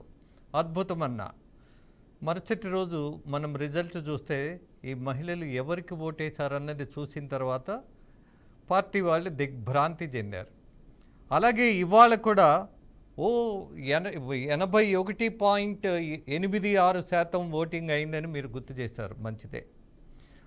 మహిళలకు ఎప్పుడూ ఒక కృతజ్ఞత ఉంటుంది. అమ్మ ఒడి వేయటం వల్ల వాళ్ళందరూ నా వైపే ఉన్నారు అని జగన్మోహన్ రెడ్డి అనే ముఖ్యమంత్రి నమ్ముతున్నాడు. At the same time SC, ST, బీసీలు, ముఖ్యంగా ముస్లిం మైనారిటీలు వాళ్ళ పక్కనే ఉన్నారు అన్నటువంటి వాదన కూడా కొంత వాస్తవంగా కనపడుతున్న పరిస్థితి ఆంధ్రప్రదేశ్లో ఉంది. కోర్స్ వాళ్ళ ఓటింగ్ శాతం ఎంతుంది రాజేందర్ గారు అని నన్ను ప్రశ్నించొద్దు, బట్ ప్రభావం చూయించేటటువంటి పరిస్థితుల్లో మహిళల్ని ఆయన నమ్ముతున్నాడు. నవ్వుతూ ఉంటాడు, దగ్గరికి తీసుకుంటాడు, మీద చెయ్యేసి మాట్లాడతాడు. అలాగే ఐఏఎస్ని, ఐపీఎస్ని భోజనానికి పిలిచి అన్న భరతమ్మ వండి పెట్టించింది మీకోసం తినండి అన్నా అని దగ్గరుండి వడ్డిస్తాడు. మరి ఈ లక్షణాలు ఉన్నటువంటి నాయకుడు, కోర్స్ మీరు పవన్ కళ్యాణ్ గారిని పక్కన పెట్టండి, ఆయన స్టైల్ వేరు. ఆయన గుడిసెలోకి వెళ్ళి పడుకుంటాడు, నిద్రపోతాడు, వాళ్ళ దగ్గరే మంచినీళ్ళు తాగుతాడు, ఆయన స్టైల్ వేరు, ఆయన పక్కన పెట్టండి. బట్ ఈ ముఖ్యమంత్రితో పోలిస్తే ప్రధాన నాయకులకి ఈ లక్షణాలు లేవు కాబట్టి ఇవాళ జగన్మోహన్ రెడ్డి మరి గెలవచ్చేమో. ఎందుకు మీరు అంత కాన్ఫిడెంట్గా ఎలా చెప్పగలరు గెలుస్తారు అని? రాజేంద్ర గారు ఒక్క మాట రాజేంద్ర గారు నాకు కొంచెం మన్నించాలా, మీరు వేరే ఐ డూ అగ్రీ. ప్లీజ్ మీరు దీనికి చిన్న వివరణ ఇచ్చి మీరు సెలవు తీసుకుందరు కానీ మీరు చెప్పండి నా ప్రశ్నకు సమాధానం, తర్వాత బాలకోట గారు చెప్పేస్తారు. నేను అంటే జ్యోతిష్యంలోకి నేను పోను ఎవరికి ఓటు వేసింటారని. నాకు పోయినసారి మహిళలు ఎక్కువగా ఓటు వేశారు. చంద్రబాబు నాయుడు గారు అప్పుడు ఏమనేవాడంటే హ్యాపీ ఫ్యాక్టర్ చూసేవాడు. 70% ఉంది, 80% ఉంది, 90% పోవాలని చెప్పేవాడు. కానీ ఆ హ్యాపీనెస్ జనంలో లేదు అని మేము ఆ రోజే అనుకున్నాం. ఈ హ్యాపీ లెక్కలు ఇవన్నీ ముంచే లెక్కలే అని అట్లే తేల్చేసిన జనం. ఈ రోజు జనంలో జగన్మోహన్ రెడ్డి ఏం చెప్పినా ఈ రోజు జనం హ్యాపీగా లేరండి. ఈ రోజు ఆవేదనతో ఉన్నారు, బాధలో ఉన్నారు, కక్ష సాధింపు రాజకీయాల పట్ల ఏవగింపుతో ఉన్నారు. లక్షలాది మంది తమ సొంత ఖర్చులు పెట్టుకొని కార్లు వేసుకొని వచ్చిన వాడు గవర్నమెంట్ బలపరచడానికి రాడండి, గవర్నమెంట్ మీద వ్యతిరేకతతోనే వస్తాడు. కాబట్టి నిండా మునిగిపోవడం ఖాయమని నేను వ్యక్తిగతంగా నేను నమ్ముతున్నా. ఓకే, ధన్యవాదాలు గఫూర్ గారు. మళ్ళీ కలుద్దాం. అలాగే మనం తీసుకునే నిర్ణయాలను ఖచ్చితంగా పాటిద్దాం, సాధిద్దాం. బాలకోట గారు ఇప్పుడు చెప్పండి. రాజేంద్ర గారు, మీ ఆకాంక్షలో మీ యొక్క ఆవేదన నాకు పూర్తిగా అర్థమవుతుంది. మీరు ఈ డిబేట్కి పెట్టిన పేరులోనే ఆ ఆకాంక్ష అర్థమవుతుంది. For the people, to the people, by the people, for the people. ఒక ప్రజాస్వామిక సంకేతానికి గుర్తుగా ఫర్ ద పీపుల్ పెట్టారు. డిబేట్ అంటే ఒక అంశాన్ని ఇచ్చి ఆ అంశం మీద ఏదో ఎగదోయటం లాగనో, ఆ ఎగదోస్తున్నప్పుడు 4 అంశాలు మీరు కూడా మాకు తోడుగా చేతులు కలపడంలా కాకుండా అన్ని అంశాలను స్పృశిస్తున్నారు ఒక ప్రజాస్వామిక దృక్పథంతో. ఇది చాలా ఆరోగ్యకరమైన లక్షణం విలేకరులకి. ఎందుకంటే ఇంద్రుడికి 100 కళ్ళుంటే విలేకరికి 1000 కళ్ళు ఉండాలి అని రాసిన వాడిని నేను. పోతే మీకు ఒక మాట చెప్తాను పెద్దలు, ప్రజాస్వామ్యం అంటేనే మార్పు రాజేంద్ర. ప్రజాస్వామిక ప్రక్రియలో ఎన్నికలంటేనే మార్పు. నువ్వు ఇంత బంగారం పెట్టిన నోట్లో ఓటర్ నిన్ను మార్చేస్తాడు. 1-2 సార్లు మినహా నువ్వు రాజ్యాధికారంలో ఉండదు. ఏదో పశ్చిమ బంగాల్ లాంటి ముఖ్యమంత్రులు తప్ప, జ్యోతి బసో, నవీన్ పట్నాయక్ లాంటి వాళ్ళు తప్ప అక్కడ ప్రతిపక్ష పార్టీల సంగతి ఏంటో నాకు తెలియదు. అంటే ప్రజాస్వామిక ప్రక్రియలో ప్రజలు మార్పును కోరుతారు. ఆ మార్పును ఎలా కోరుతారంటే వాళ్ళ ఆవేదనలో నుంచి కోరుతారు, వాళ్ళ ఆందోళనలో నుంచి, దైనందిన జీవితంలో నుంచి కోరుతారు. అంతే తప్ప నేనేదో మైకు పట్టుకొని నా ఎస్సీ, నా ఎస్టీ, నా బీసీ అంటే నా పక్కన ఉంటాం, మీరంటే మీ పక్కన ఉంటాం. వచ్చిన చిక్కేందంటే మీరన్న కొన్ని రాజకీయ పార్టీల గురించి నాకు అర్థమవుతుంది. నాకు అందరం గొంగళంలో తింటున్నాం. మనం మార్కులు వేయటానికి కూడా అవకాశం లేదు. ఇప్పుడు గుడ్డి కన్ను కంటే మెల్ల కన్ను బెటర్ అనుకునే భావం కలిగి ఉన్న పరిస్థితి తప్ప. మీకు ఒక మాట చెప్తాను, బరువులు దేనితో కొలుస్తాం? కిలోలో కొలుస్తాం. పాల దేంతో కొలుస్తాం? లీటర్లలో కొలుస్తాం. ఉష్ణోగ్రతను దేంతో కొలుస్తాం? ఫారెన్ హీట్స్లో కొలుస్తాం. మరి ఒక పార్టీని, ఒక రాజకీయ నాయకుల్ని దేంతో గెలవాలి? ఒక కొలబద్ద ఏంటి, ఒక స్కేల్ ఏంటి అంటే కేవలం నడవడిక. మన కళ్ళ ముందు ఉన్న రాజకీయ నాయకుల యొక్క నడవడిక మన కళ్ళ ముందు మీకు అనుభవం ఉంది, నాకు అనుభవం ఉంది, గఫూర్ గారికి అనుభవం ఉంది, అందరికి అనుభవం ఉంది. మనం చూసాం కాబట్టి కొన్ని అరమరికలు ఉన్నాయి కాబట్టి చాలా ప్రశ్నలు వస్తూనే ఉంటుంది. అంటే రాజకీయాలు ఇలా ఉన్నాయి కాబట్టే మనం ఈ విచారం వ్యక్తం చేస్తున్నాం. ఇంకొక మాట కూడా చెప్తా, అసలు రాజ్యాంగాన్ని రాజ్యాంగ పరంగా నడవనిస్తే చాలు, ఇంకేం చేయనక్కర్లే. వీళ్ళేం వడ్డీ మార్చనక్కర్లా. అంబేద్కర్ గారు ఆలోచించే భిన్న జాతులు, భిన్న మతాలు, భిన్న కులాలు, భిన్న నాగరికతలు, భిన్న వేషధారణలో, భిన్న ప్రాంతాలు కలిసిన ఒక అఖండ భారతదేశంలో ఒక లౌకిక రాజ్యాంగాన్ని ఇచ్చాడు. ఉల్లి పొరల కనుక ఎట్టయితే విడివిడిగా ఉంటాయో మళ్ళీ కలిసికట్టుగా ఉంటుంది ఉల్లిగడ్డలాగా. లేకపోతే ఇంత మీ రంగు వేరు, నా రంగు వేరు, మీ ఆర్థిక స్థితి వేరు, నా ఆర్థిక స్థితి వేరు, మన మధ్య తారతమ్యాలు ఉన్నాయి, కానీ కలిసే ఉంటాం సోదరభావంతో. రాజ్యాంగం ఈ స్ఫూర్తిని ఇచ్చింది. ఈ స్ఫూర్తిని కాపాడగలిగితే చాలు. ఇందా మీరు అన్నారు, నిజంగా అంబేద్కర్ కనుక మాకు ఈ రిజర్వేషన్లు ఇవ్వకపోతే చట్టసభల ప్రక్రియలో ఎస్సీలకి, ఎస్టీలకి ఇవ్వలేకపోతే తప్పనిసరిగా అసెంబ్లీ గేట్ కూడా దాటరు దళితులు. మీకు ఒక మాట చెప్తాను ఈ సందర్భంగా. నేను రాజమండ్రిలో భువనేశ్వరి దేవి గారి సభకి వెళ్ళా, సత్యమేవ జయితే, నిజం గెలవాలనే సభకి వెళ్ళి నేను వస్తుంటే హైదరాబాద్ నుంచి నా మిత్రుడే ఫోన్ చేసి, నా శ్రేయభిలాషి బాలకోటయ్య, అర్జెంటుగా నువ్వు కొత్తగా వస్తున్న పార్లమెంటు అభ్యర్థి దగ్గరికి వెళ్ళు, ఆయన కాళ్ళ మీద పడు, నీకు ఎమ్మెల్యే సీటు వచ్చేస్తుంది, నువ్వు అర్జెంటుగా వెళ్ళిపోవాలి, నువ్వు ఇంటికి వెళ్ళ, మాకు ఈ నైట్ మీరు విజయవాడలో తెల్లారుజామున వెళ్ళిపోండి అని అన్నాడు. కాళ్ళ మీద పడండి అన్నాడు. నేను అలాంటి కాళ్ళ మీద పడే తత్వం నాకు లేదు కాబట్టి నేను పడను సార్ అని అన్నా. రాజకీయాలు ఎలాగనే ఉంటే నేను చెప్పిన మాటను, లేకపోతే ఆ సీట్ వెళ్ళిపోతుంది వేరే వాళ్ళకి. నేను చట్టసభలో ఉండాలి, అమరావతి కోసమే నేను చూసుకోవాలి, ఆ దళిత ఉద్యమం కోసమే నేను చూసుకోవాలి, నీ కష్టం కోసమే నేను చూసుకోవాలి, మీలాంటి వాళ్ళు చట్టసభలో బతకాలని ఆయన అన్నాడు. లేదు సార్ అలలో తలాలు దించవు, సముద్రం ఒకటి మోకాల దగ్గర మొర. మీకు ఆకలేసినా నాకు ప్రశ్న మేము ఇలాగనే మాట్లాడుతుంటాం. బాలకోటయ్య గారు, ఆంధ్రప్రదేశ్ ముఖ్యమంత్రిగా ఉన్నటువంటి జగన్మోహన్ రెడ్డి ఎప్పుడు అవకాశం దొరికితే అప్పుడు, ఎప్పుడు అవసరమైతే అప్పుడు కాళ్ళ మీద పడుతున్న దృశ్యాలు మీరు చూడలేదా? రాజేంద్ర గారు, మీరు ఒక్కొక్క రాజకీయ నాయకులు తీసుకొని వీడు ఎలా ఉన్నాడో వీడు ఎలా ఉండంటే అలాగ ఉండేవి కాబట్టి ఇలా అయిపోయింది. ఇప్పుడు దళిత నాయకులు ఉన్నారు, సమస్త కులాల నాయకులు ఉన్నారు, ఇందాక మీరు చెప్పిన నాయకులు ఉన్నారు, కానీ భేదంలో ఉంది. ఆఖరికి అక్కడ దాకా ఎందుకు మీ ముఖ్యమంత్రి గారి దగ్గరికే వస్తా. జగన్మోహన్ రెడ్డి గారు ఉన్నారు. జగన్మోహన్ రెడ్డి గారు 2019లో ఏం చెప్పాడు మనం విన్నాం, ఏం చేశాడు ఆచరణలో ఏం చేశాడో మనం విన్నాం. ఎందుకు వస్తే ఇన్ని ఆవేదనలో? ఒక విషయం అండి, మిమ్మల్ని గౌరవించట్లేదు, మిమ్మల్ని గుర్తించట్లేదు, లేకపోతే అవకాశం ఇవ్వట్లేదు అని మనం చర్చిస్తున్నాము. కానీ ప్రధాన కారణం ఆ సామాజిక వర్గానికి సంబంధించిన వాళ్ళే. 200% మీలో ఒక ఐక్యత లేకపోవటం, మీలోనే మీకు శత్రువులు ఉండటం, మీలోనే అత్యంత స్వార్థపరులు ఉండటం, ఇదే పెద్ద కారణం. వేరే వాళ్ళు ఎవరు కాదు. మీరు ఎదక్కపోవడానికి కారణం ఎవరు అనంటే మీరే మీరే మీరే.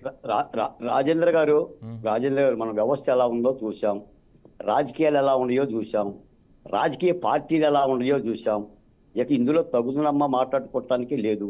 యువతల వాళ్ళకి అనైక్యత ఉంది కాబట్టే ఇలాంటి పరిస్థితి వస్తుంది. సరే, నిజంగా ఈ రాష్ట్రంలో నేను ఒక విషయం చెప్పి నిజంగా ఈ పాయింట్ని వదిలేస్తా.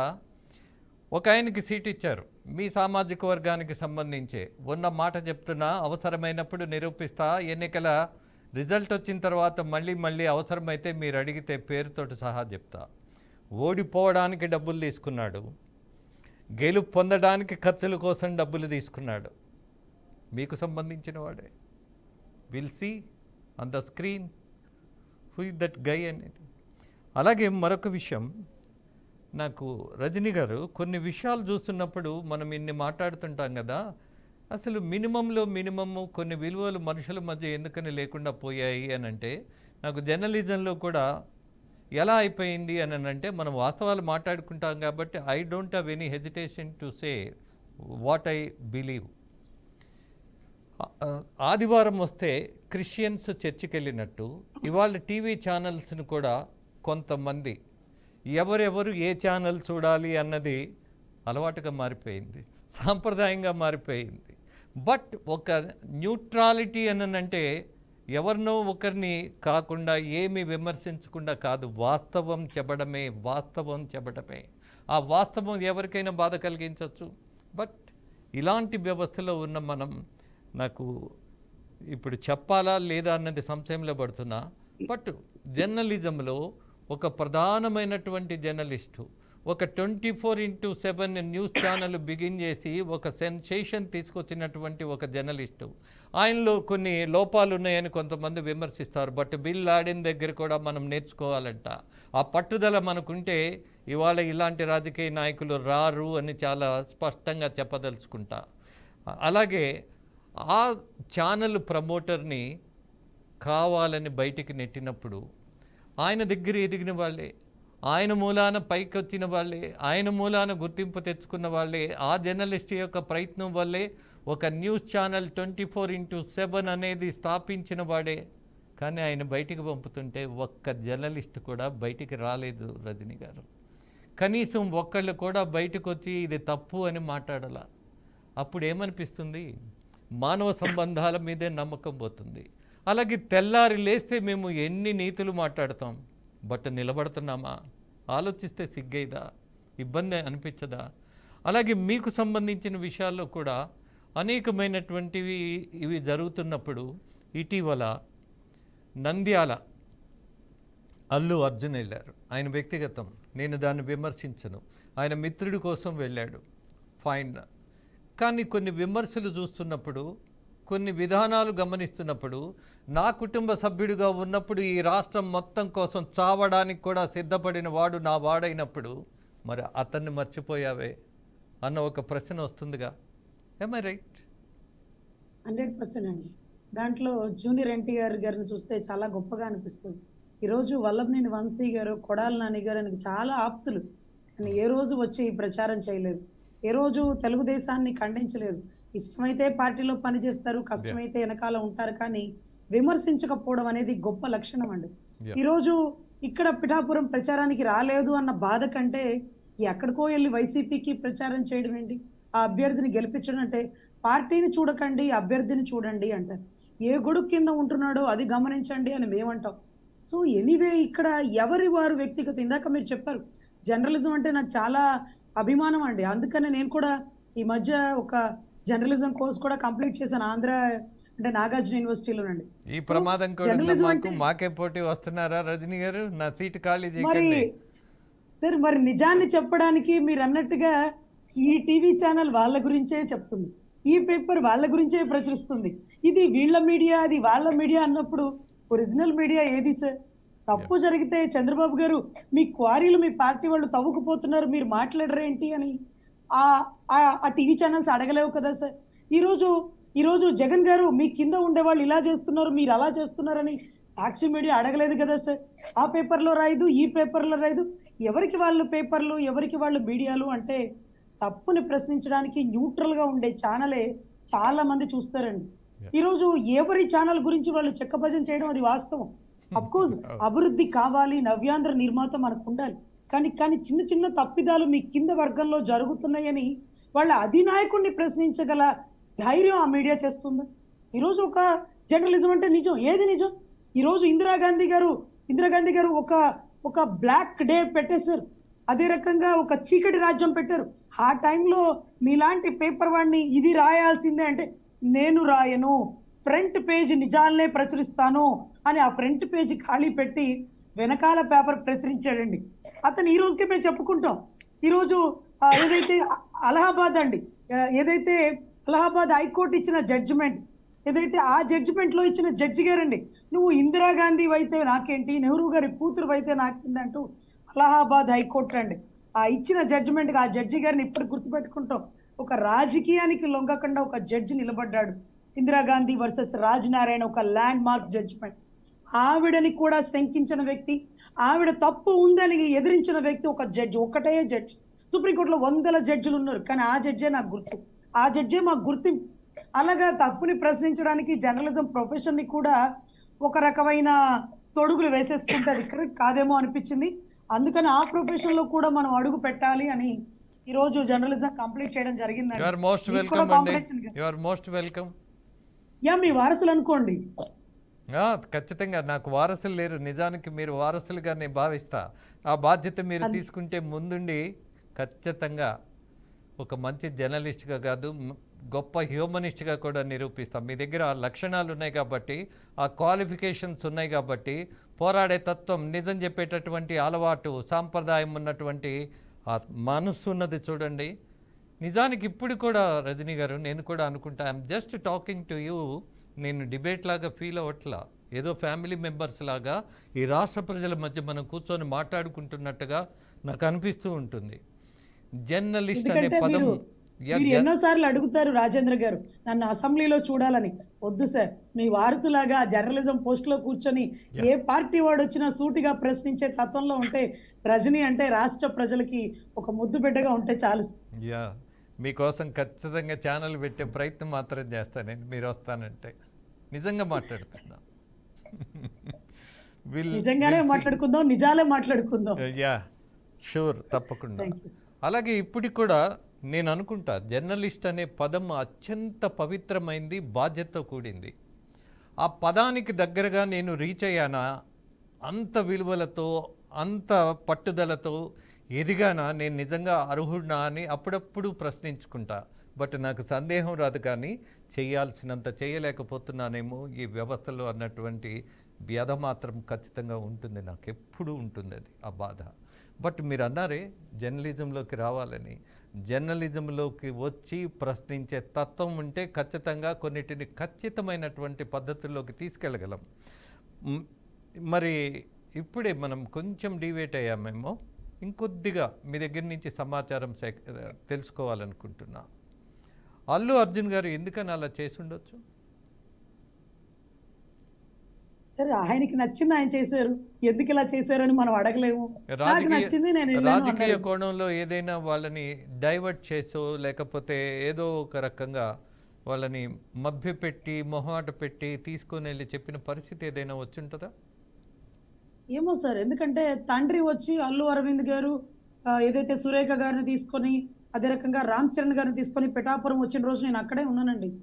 కొడుకు చూస్తేనేమో అక్కడికి వెళ్ళి ఒక వైసీపీ అభ్యర్థి గురించి గెలిపించండి, నిజాయితీ పరుడు, నా స్నేహితుడు అంటూ మాట్లాడడం జరిగింది. ఈరోజు ఆ పార్టీ వల్ల రాష్ట్రం ఎంత నష్టం అయిపోయిందో, రావణ కాష్టం అయిపోయిందో, అమరావతి ఆడబిడ్డలు ఎంత ఇబ్బందులు పడ్డారో, ఏదైతే దళితుల మీద దాడులో, స్కూల్ టీచర్ల పరిస్థితో, ఈరోజు పోలీసుల ఎంప్లాయీల పరిస్థితో ఎంత అధ్వానంగా ఉందో తెలిసి కూడా మీ కుటుంబంలో ఒక గొప్ప వ్యక్తి బయటకు వచ్చినా కూడా మీరు ఎలా పక్కదారికి వెళ్ళి ప్రచారం చేయడానికో, ఒక స్టేట్మెంట్ ఇవ్వడానికో ఎలా ధైర్యం సరిపోయిందండి? ఈరోజు మాలాంటి వాళ్ళమే డబ్బులకి లొంగిపోండి అంటూ ఎదురుగా డబ్బులు పెట్టినా, పదవులు పెట్టినా ఒక అభిమన్యుడు లాంటి వ్యక్త, లేకపోతే ఒక ఆదర్శ వ్యక్త, ఒక పోరాడే పటిమ వ్యక్తి కోసం మేము డబ్బులకి లొంగకుండా, ఏ రూపాయి ఆశించకుండా, ఏ పదవుల కోసం పాకులాడకుండా నిజాయితీగా మీ కుటుంబ సభ్యుడు వెనకాల మేము నిలబడితే, ఈరోజు అటువంటి కుటుంబ సభ్యుడు మీ కుటుంబంలో ఉన్నాడని గొప్పగా చెప్పుకోవాల్సిన మీరు పక్క పార్టీకి ప్రచారం చేస్తే మేమేం చెప్పాలో మాకు తెలియదండి. ఈరోజు మాకు నచ్చింది ఆయన ఆదర్శాలు. బహుశా ఆయనకి అక్కడ వ్యక్తి నచ్చాడా, ఆ పార్టీ నచ్చిందా అని ఆయన వ్యక్తిగత విషయం అండి. ఈరోజు ఒక వ్యక్తి మన కులంలో పుట్టాడు అంటూ ఒక కులం మొత్తం నెత్తరేసుకొని కష్టపడుతుంది. ఈరోజు అటువంటి వ్యక్తి మన కుటుంబంలో పుట్టాడు అని వాళ్ళెంత గొప్పగా ఫీల్ అవ్వాల్సింది పోయి, ఈరోజు ఒక వ్యక్తి బయటకు వెళ్తే అతని వ్యక్తిగత అభిప్రాయానికి వదిలేస్తామండి. ఎందుకంటే పార్టీ స్టాండ్ ఉంటుంది. ఈరోజు ప్రచారం చేసేవాళ్ళ చేయని వాళ్ళ అనేది సెకండరీ థింగ్. ఆయన వెనకాల మేమంతా నిలబడ్డాం. ఆయన కోసం అమ్ముడు పోని మాలాంటి నిజాయితీ పరులు ఉన్నాం. పోరాడే ప్రశ్నించేవాడు వెనకాల మాలాంటి వీర మహిళలు ఉన్నాం. ఎవరో రావాలి, ఏదో చేయాలి, ప్రచారం చేస్తే గాని గెలవును అనే పరిస్థితిలో ఆయన లేనండి.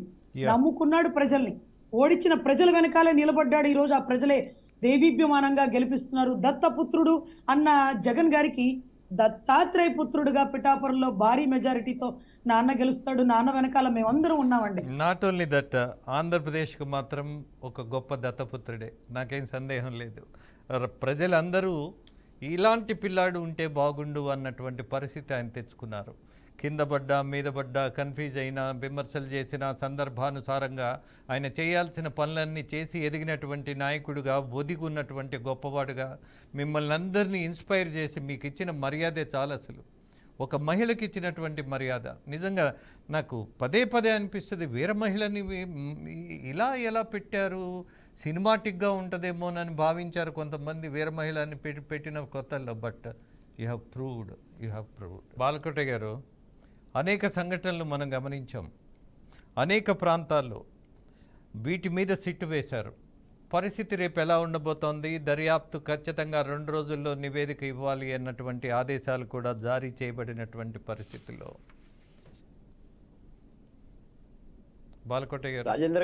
రాజేంద్ర గారు ప్రశ్నలు ఎప్పుడు కూడా నిటారుగానే ఉండాలి. ప్రశ్న ఎప్పుడు కూడా నిటారుగానే ఉండాలి. ఇంటలెక్చువల్ ఉండేలాగా ఎక్కడ కూడా వంగకూడదు. మీరు నన్ను ప్రశ్నించినా ప్రశ్నించకపోయినా కూడా నేను అల్లు అర్జున్ గారి అంశంలోకి వస్తున్నా. ఓకే, నన్ను అడగలేదు ఎందుకో నా ప్రశ్న. ఈ రోజున పవన్ కళ్యాణ్ గారు జనసేన పార్టీ అధినేత, ఎన్నో కష్టాలు పడి కుటుంబంలో సభ్యుడు, బాబాయిని కాదని చెప్పి వైఎస్ఆర్ కాంగ్రెస్ పార్టీ అభ్యర్థికి మద్దతు పలికాడు. మనం డబ్బున్న వాళ్ళని చూసి కనబడతా ఉంటుంటాయి. ముందు దాన్ని సవరణ చేసుకోవాలి. ఎందుకంటే రాజధాని అమరావతి లేని రాష్ట్రంలో, ఆంధ్రప్రదేశ్లో ఇన్ని అగసాట్లు వచ్చినా, ఇన్ని వేదనలు వచ్చినా ఏనాడు కూడా తెలుగు సినీ పరిశ్రమ మాకు అండగా లేదు. ఎందుకు ఉండాలి? రాజధాని ఉద్యమ మహిళకి జస్ట్ టెల్ మీ, వాళ్ళు సినిమా నటులు మాత్రమే, మీరు అతిగా ఎందుకు ఊహించుకుంటారు? వాళ్ళు ఏమైనా దేశభక్తులా? వాళ్ళు ఏమైనా లాఠీ దెబ్బలు తిని ప్రతిరోజు కమ్యూనిస్టుల్లాను మన జనసేన మహిళల్లాను వచ్చి పోరాడేటటువంటి తత్వం వాళ్ళకు ఉండాలా? You are just paying for entertainment. Andhra Pradesh లో ఫిల్మ్ స్టూడియో కావాలంటే భూములు కావాలి, రాయితీలు కావాలంటే రాష్ట్ర ప్రభుత్వం ఇవ్వాలి, 100% కావాలి. ఆంధ్రప్రదేశ్ లో ప్రజలు పడుతున్న ఆవేదనలకు చెప్పడానికి కూడా వాళ్ళకి ఇది కాదా? అంటే మనుషులు కాదా వాళ్ళు? వాళ్ళకి రక్తం లేదా ఒంట్లో? ఉంటే ఈ రోజున ఆంధ్రప్రదేశ్ లో ఆవేదన జరిగితే తెలుగు సినిమా పరిశ్రమ వాళ్ళు మాట్లాడరా? మాట్లాడాల్సిన అవసరం లేదా? లేదు అని అంటే మేము మౌనంగా ఉండాలా?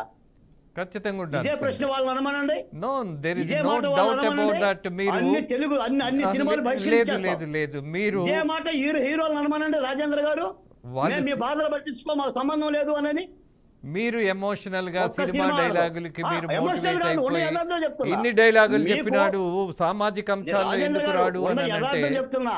ఆంధ్రప్రదేశ్ లో తెలుగు సినీ పరిశ్రమ ఏనాడు రాష్ట్ర ప్రజలకి ఏనాడు ఒక్క మాట సాయం కూడా చేయాలా?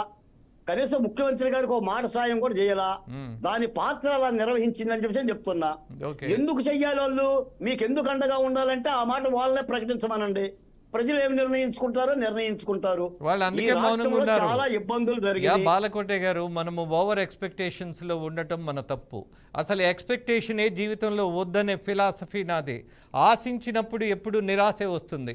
రెండోది, మీరు కొట్టే తలుపు హాస్పిటల్కి వెళ్ళినప్పుడు ఎందుకు వెళ్తారు? వైద్యం కోసం వెళ్తారు. సినిమా హాల్కి ఎందుకు వెళ్తారు? వినోదం కోసం వెళ్తారు. ఆ హీరో మీకు ప్రతి పనికి మీ దగ్గరికి వస్తాడని మీరు భావిస్తే తప్పు మీది కదా.